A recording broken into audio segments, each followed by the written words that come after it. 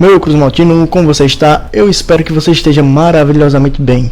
E meu Cruz Maltino, temos algumas pautas de hoje, principalmente o último jogo do Vasco, o jogo contra o Red Bull Bragantino, que a gente saiu perdedor, perdemos 2-0 para o time do Energético, e temos que falar sobre esse jogo.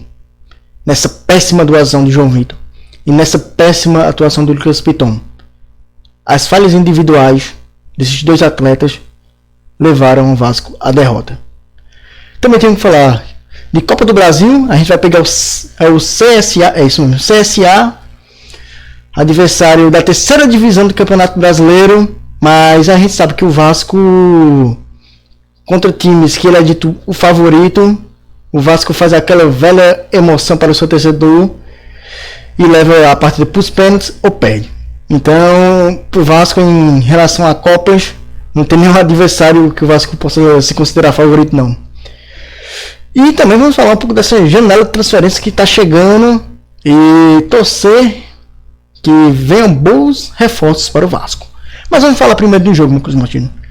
Meu Cruz Maltino, Vasco e Red Bull Bragantino. O Vasco teve mais volume de jogo. O Vasco jogou melhor, na minha humilde opinião. Teve a dominância da partida. Entretanto, perdeu. E teve dois personagens principais para a derrota do Vasco: o senhor Lucas Piton e o senhor João Vitor. Meu Cruz Maltino, tem novidade para vocês que eu sempre falo. Eu gosto do Lucas Piton na parte ofensiva. Ele tem uma qualidade técnica boa. Seu cruzamento, seu chute de fora da área, suas infiltrações. Ele é qualificado para isso. Mas só para isso. Porque se vocês esperar que que o Lucas Piton consiga exercer a função de defensor, é esperar demais dele. Ele é incapaz. Ele semelhante a um Lopes Pelé, que marcava com o olho. O zagueiro que marcava com o olho, marcava a bola com o olho. E o atacante, mas não conseguia dar um bote. O Lucas Piton é dessa mesma forma. Ele não consegue exercer a função de defensor. E em momentos do jogo, quando ele está fazendo uma marcação homem a homem, fica nítido que ele tem muita sorte de não ser expulso. Porque nessa partida contra o Red Bull Bragantino, ele estava batendo até que bastante. E é contra o Fluminense também. Se fosse um juiz mais rígido, Lucas Piton no mínimo tinha levado o amarelo ou expulsão. Então não dá pra a gente ter um lateral esquerdo como o Lucas Piton. Pro elenco, sim. Pro elenco seria interessante ele estar lá para fazer uma função de um, como ele já foi improvisado como ponta esquerda, sei lá, uma função no meio de campo. Isso aí, se Fernando Diniz conseguisse extrair isso dele. Mas é claramente nítido que a gente precisa de um lateral esquerdo. Essa janela temos que aproveitar e trazer um lateral esquerdo. Com o Lucas Piton não dá para contar com ele para ser um defensor.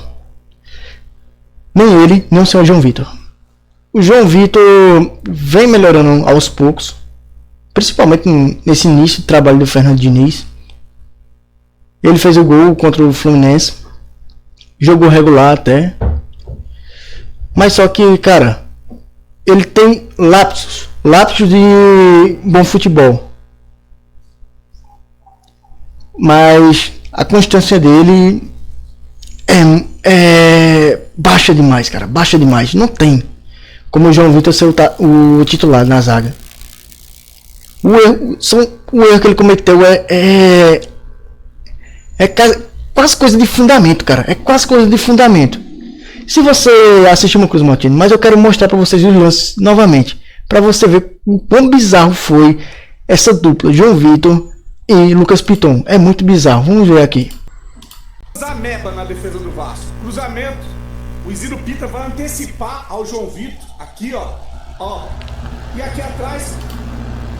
O Lucas Piton. Esse aqui é o Lucas Piton, na verdade. Ele que se confundiu. Ele deixou o cara vir sozinho, cara. O Coutinho deixa cara tomar a frente dele. Primeiro gol dos caras. Agora olha isso aqui, não existe, tá marcando o cara, aí vai passar um do Bragantino, ele larga o cara sozinho na entrada da área. E teve alguém que mandou uma mensagem aqui, cara, aí vai passar um do Bragantino, ele larga o cara. Como a gente percebeu uma coisa, veja a bola, veja que o João Vitor só tá marcando com o olho. Veja novamente. Entrada da área, e teve alguém que mandou uma mensagem aqui falando, não, ele tinha que ir fazer a cobertura. Como, meu amigo? Vai pra cima do cara que tá com a bola. Você não pode deixar o cara entrar sozinho. E depois do cruzamento, quem faz o gol? O Iziro Pita com o João Vitor marcando ele de novo. A distância.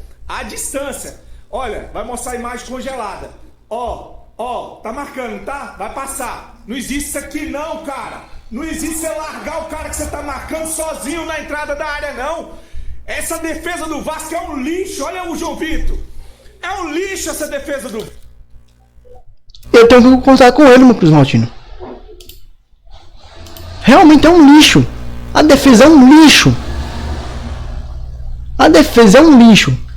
O João Vitor veio a preço de ouro. Se eu não me engano, a negociação dele foi 20 milhões. 20 milhões.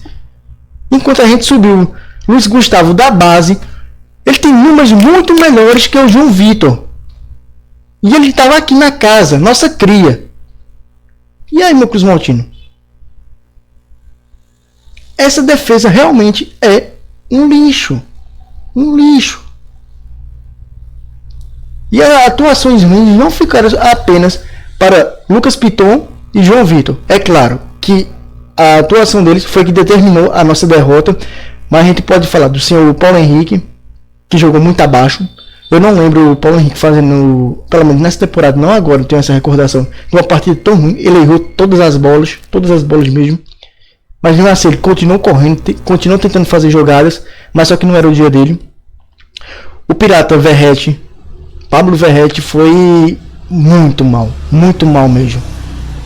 E principalmente na sua especialidade, a bola aérea. Ele teve muitas bolas aéreas e não conseguiu finalizar nenhuma. Quando eu vi que ele estava perdendo naqueles gols de bola aérea, de cabeça, eu disse, não vai dar pra jeito mesmo hoje não. E fora isso, a gente continua com o Coutinho apagado. O blackout Coutinho ainda continua. Infelizmente, não sei se ele vai conseguir voltar a jogar um bom futebol. Minha esperança é a parada para o Mundial e Fernando Diniz fazer o que ele está fazendo de melhor, extrair o melhor dos seus jogadores. Mas Coutinho está devendo, e devendo muito. Não é pouco não. Muito mesmo.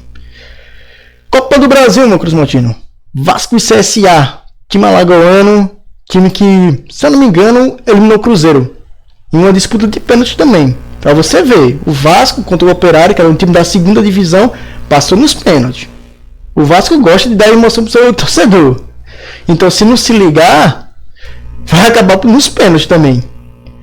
Se eu não me engano, você pode me lembrar, time da terceira divisão também, ou era da quarta divisão ano passado, que era o Água Santa. Quem se lembra do Água Santa que o Vasco passou nos pênaltis? O Vasco não tem adversário fácil em Copas não. Com esse elenco não. Esse elenco é diversão garantida. Se você não morrer de um ataque cardíaco, você fica quase. Mas o primeiro jogo vai ser lá em Maceió, no estádio Rei Pelé. E o segundo jogo no Rio de Janeiro, em nosso querido estádio amado São Januário.